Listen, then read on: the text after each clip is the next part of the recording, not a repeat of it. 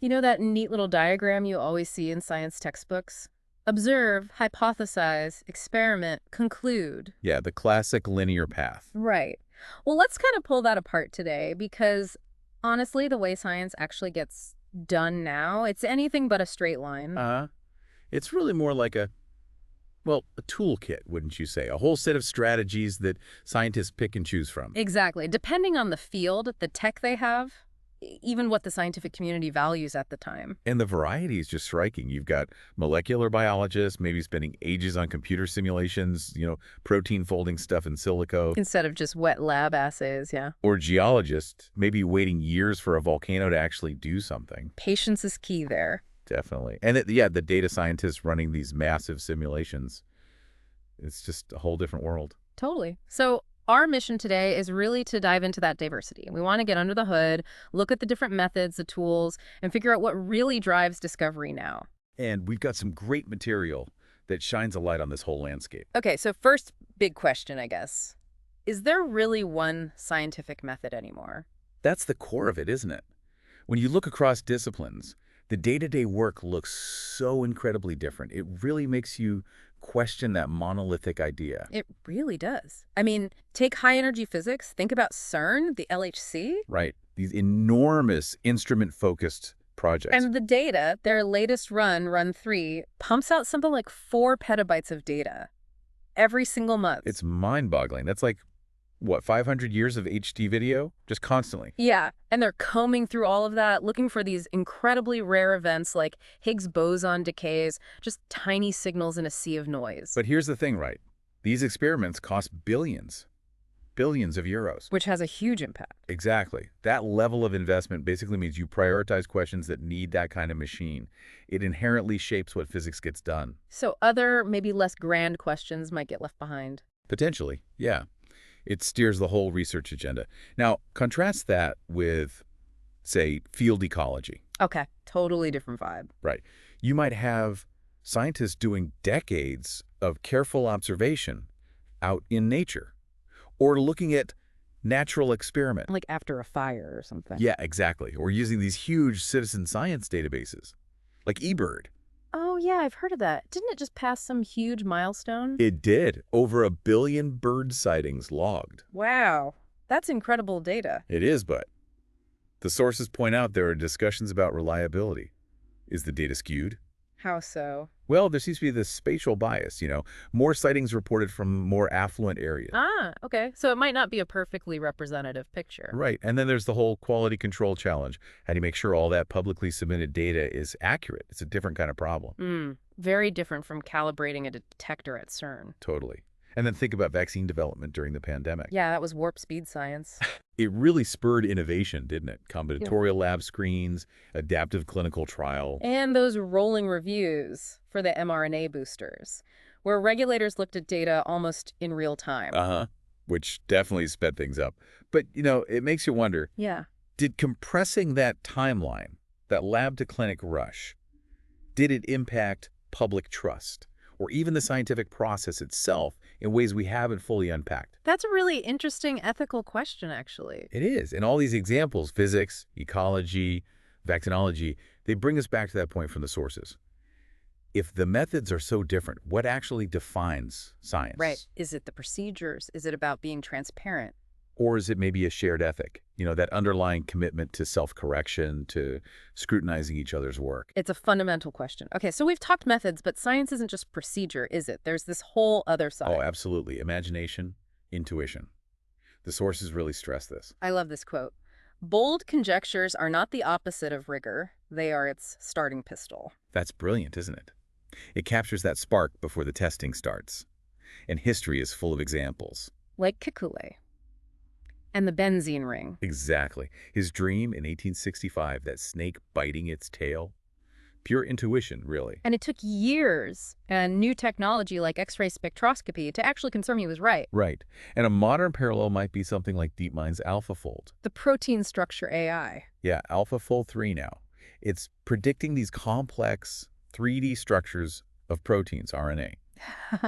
Basically imagining them before they're fully confirmed in the lab, through isomorphic labs, actually. So the AI is having the Kekulé dream in a way. Sort of. It's Meh. making these incredibly complex predictions. Yeah. Then think about Einstein. The thought experiment. Right, the elevator thought experiment back in 1907. Just picturing gravity differently, All in his head. all in his head. And it wasn't until, 1976, with Gravity Probe A, that they could actually measure the gravitational redshift he predicted from that thought experiment. Decades later. And you can draw a line from that kind of thinking. Straight to LIGO, yeah. Detecting gravitational waves in 2015. That came from theorists picturing ripples in space-time first. Incredible. And Jennifer Doudna with CRISPR. Another great example, that initial sketch she made around 2012. Just an idea on paper. And look where it led. Exactly. Editing genes in bacteria, then mice, then humans. And boom, 2023, the FDA approves Casgevy. The first CRISPR therapy for sickle cell. From a sketch to a treatment. It really shows that creativity, that leap, is often the starting point. Rigor follows, but the spark is crucial. Okay, so science needs that spark. And it also seems to need different kinds of answers, different ways of explaining things. Yes, absolutely. The sources lay out 4 key types of scientific explanation. It helps to understand these. Yeah, let's break them down. First up. Mechanistic. Basically the how does it work explanation. Okay, like understanding how muscles contract. Perfect example. The sliding filament theory gives us that step-by-step molecular mechanism. And now, bioengineers are using that understanding to build things like tiny biorobotic pumps with 3D printed scaffolds. Wow, applying the how to build new whats. Okay, next type. Statistical. This is more about how often or probabilities. Like the R naught number during COVID. R up. Exactly. Using stats to forecast spread. Or think about earthquake prediction. Japan has this deep learning early warning network. I read about that. It predicts ground motions seconds before the main wave hits. Yeah, like 6 to 10 seconds before the P wave, based on initial tremors. Enough time to trigger automated safety measures. Amazing use of statistical patterns. What's third? Unificatory explanations. These are the what connects explanations. Finding the bigger picture. Like Maxwell unifying electricity and magnetism. The classic example, into electromagnetism. Yeah. Today, you see it in things like complex plate tectonic models that run on huge computer clusters. Community clusters, yeah. And they connect geology, earthquake risk, even things like core events linked to climate shifts. That's all one big system. Seeing the connections. Okay, and the last one. Teleonomic. This is about function, the why this function, from an evolutionary or adaptive standpoint. Okay, give me an example. Well, think about CRISPR again. Understanding CRISPR regions in bacteria as a kind of immune memory against viruses. So it explains why bacteria have it for survival. Exactly. It explains its functional role, which, again, inspired the whole biotechnology revolution. Interesting. So 4 different ways to explain things. Does one type get valued more than others? That's a great question the sources raise. Could cultural preferences play a role? Like, does medicine often favor mechanistic explanations how the drug works, while maybe economics leans more heavily on statistical models? That's definitely food for thought. Different fields, different preferred flavors of explanations. Seems plausible. Now, something that underpins a lot of these explanations, especially the statistical and unificatory ones, is mathematics. Oh, undeniably. Math is like the language science speaks. The sources highlight 4 key powers of math in science. Okay, power number 1. Compression. Think ESMA. Newton's second law. So simple, right? 3 letters. Yet it guides space missions. Exactly. Or EMCST. So much packed into such a tiny equation. That's compression. Got it. Power 2. Generality. How one set of equations can apply to wildly different things. The Navier-Stokes equations, for instance. They describe fluid flow, right? Right. They work for blood flowing in your veins and for the structure of a hurricane's eye wall. Astonishing generality across scales. That's amazing. Okay, third power. Exploring counterfactuals. What could happen? Like chaos theory. Precisely. Lorenz's work with those 3 simple differential equations. He showed how a tiny change in the starting point, The butterfly effect. the butterfly effect, could lead to massive differences later on, like whether a cyclone forms or not. Math lets you explore those what-ifs. Crucial for understanding complex systems. And the fourth power. Computability. Basically the ability to actually calculate things, often things that are way too complex to do by hand. Like analyzing data from the James Webb Space Telescope. Perfect example. They use these complex Bayesian codes to look at the light spectrum from an exoplanet, GJ9827d, yeah. And figured out it might be a steam world. Yeah, inferred a water-rich atmosphere. You just couldn't do that kind of high-dimensional analysis without serious math and computing power. So math is incredibly powerful. But There's a but, isn't there? There is. The sources offer a really important caution. Math can also obscure reality sometimes. How so? Well, think about the 2007 financial crisis. Many economists were using these incredibly complex mathematical models. Dynamic, stochastic, general equilibrium models, they're called. Sound impressive. They sounded rigorous, but they completely failed to predict the crash. So the mathematical complexity maybe gave a false sense of security. Exactly. It can sometimes mask flawed assumptions or just miskey real-world factors. Elegance isn't always accuracy. A really crucial point. Okay, let's shift slightly. We've talked methods, explanations, math. What about the actual process of reasoning in science?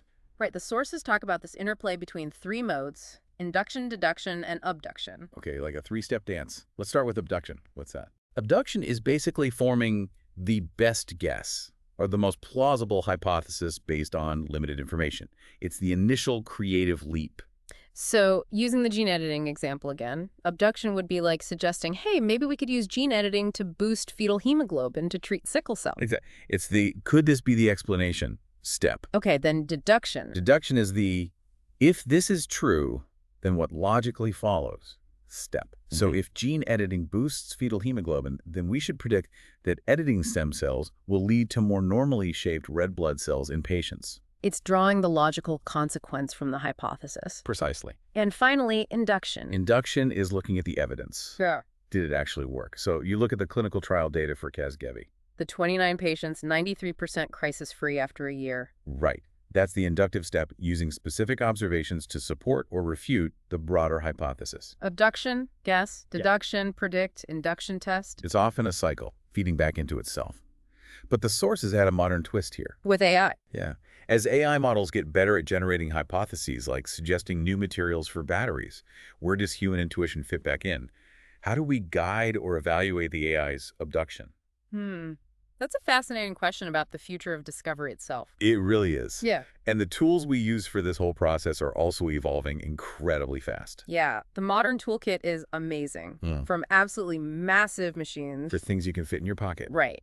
Let's talk about some examples. The gigascale detectors. Like LIGO, Virgo, KGRA for gravitational waves. Yeah. Their first detection of a neutron star merging with a black hole in 2024. Huge news. And having multiple detectors helps confirm things. Definitely. Real-time replication across different sites adds a lot of confidence. But again, these are massive, international, expensive facilities. So geopolitics plays a role in where they get built and who has access. Inevitably, yes. Then you have AI pattern seekers. We mentioned AlphaFold, but what else? Well, BARDA in the U.S. is funding AI research to design new antibiotics specifically against drug-resistant gonorrhea. Wow, tackling antibiotic resistance. That's huge. Yeah, the AI can search through chemical possibilities way faster than humans. But there's that black box problem again. It finds a great candidate, but we don't always know why it picked that one. Exactly. Validating the AI's reasoning can be tricky when its decision process is opaque. Okay, what about citizen science again? eBird, iNaturalist. They're amazing for filling gaps in biodiversity data, especially over large areas. But as that Yale study showed... The bias issue. Racial and income biases in where the sightings come from. Right. So you need almost like sociological audits of the data quality, not just biological ones. Interesting. And the pocket-sized labs? Handheld DNA sequencers, like the Minion. I've seen pictures. They look like USB sticks. Pretty much. And they've been used in places like the DRC during Ebola outbreaks for rapid on-site checking of virus variants. Game-changing for surveillance. Incredible power in such a small device, Yeah. but potential downsides. Well, the accessibility of powerful tech like that does raise biosecurity concerns. Could it be misused? It's a question that has to be asked. So this whole diverse toolkit, it brings us to another key theme: open science, replication, and how we handle failure. Absolutely critical aspects of modern science. Yeah. The sources give two really good case studies here. Okay, first one, LK99. Ah, yes, the room temperature superconductor saga of 2023. That was everywhere for a while. Started with a Korean preprint. Yep, got massive traction online. Even on TikTok, everyone got excited. But then the replication attempts started, very publicly. Labs were live streaming their efforts to reproduce the results. Yeah. And they couldn't. The claims basically collapsed pretty quickly under that intense open scrutiny. Wow. So the modern tools, preprints, data sharing on GitHub, even YouTube demos, they massively accelerated the whole testing and falsification process. Dramatically. Made it much more public, much faster. Failure became rapid progress in a way. Okay, and the other case study, AlphaFold. Right. So DeepMind made the database of 200 million predicted protein structures freely available. Open access. Totally. And what happened? Hundreds of structural biologists started digging into it, publishing papers, identifying errors, suggesting corrections, refining the predictions. So crowdsourced debugging of the AI. Exactly. Community validation and improvement on a massive scale. It's a fantastic model of how open science can work to refine even cutting-edge tools. It really shows the power of the community. Okay, but with all this power, new methods, new tools, come ethical questions. Right. Oh, definitely. The sources are very clear on this. These advancements raise some really tough dilemmas. Like the cost of Casgevy, the sickle cell therapy. Precisely. It's a scientific triumph, no doubt. But it costs around $2 million per patient. Which is inaccessible for most people who actually have sickle cell, especially in lower-income countries. Right. So does the scientific success justify rolling out a treatment that's inherently inequitable at that price point? It's a huge justice question. A really difficult one. What other ethical issues? AI in the lab. We touched on antibiotics. But what if an AI suggests a chemical synthesis route that could also be used to make something dangerous, like a chemical weapon? Oh, wow. Who's responsible then? The AI, the programmer, the chemist who used the AI's suggestion. It's incredibly murky, isn't it? Lines of accountability get blurred very quickly. They really do. And the last one mentioned, geoengineering. Yeah, those sulfate aerosol tests. There were plans for hot air balloon trials in Mexico, but they got paused in 2025. Why? Because of strong objections from local indigenous communities. They hadn't given their consent. They had concerns. So it highlights that clash between scientific ambition and the need for social license, for community agreement. Exactly. You can have the method, the tool, the scientific goal, but if you don't have the support or consent of the people affected, should you proceed? It shows science doesn't happen in a bubble.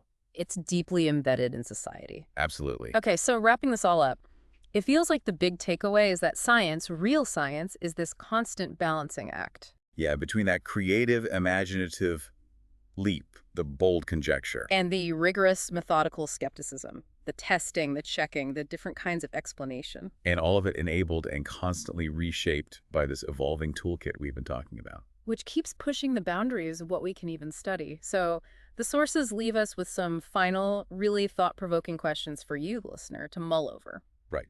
3 big ones. First, which method actually fits which question best? And what are the costs involved, not just money, but ethically too? Second, as new tools emerge, how do they change the power dynamics? Who gets to decide which scientific questions are important or even possible to ask? And third, when science does succeed, when we have a breakthrough, who really benefits? And crucially, who might get left out or even harmed? These aren't easy questions, but they're vital, aren't they? For trusting science intelligently, as the source material puts it. Exactly.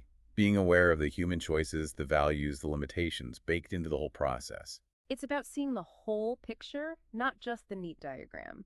Thanks for diving deep with us today.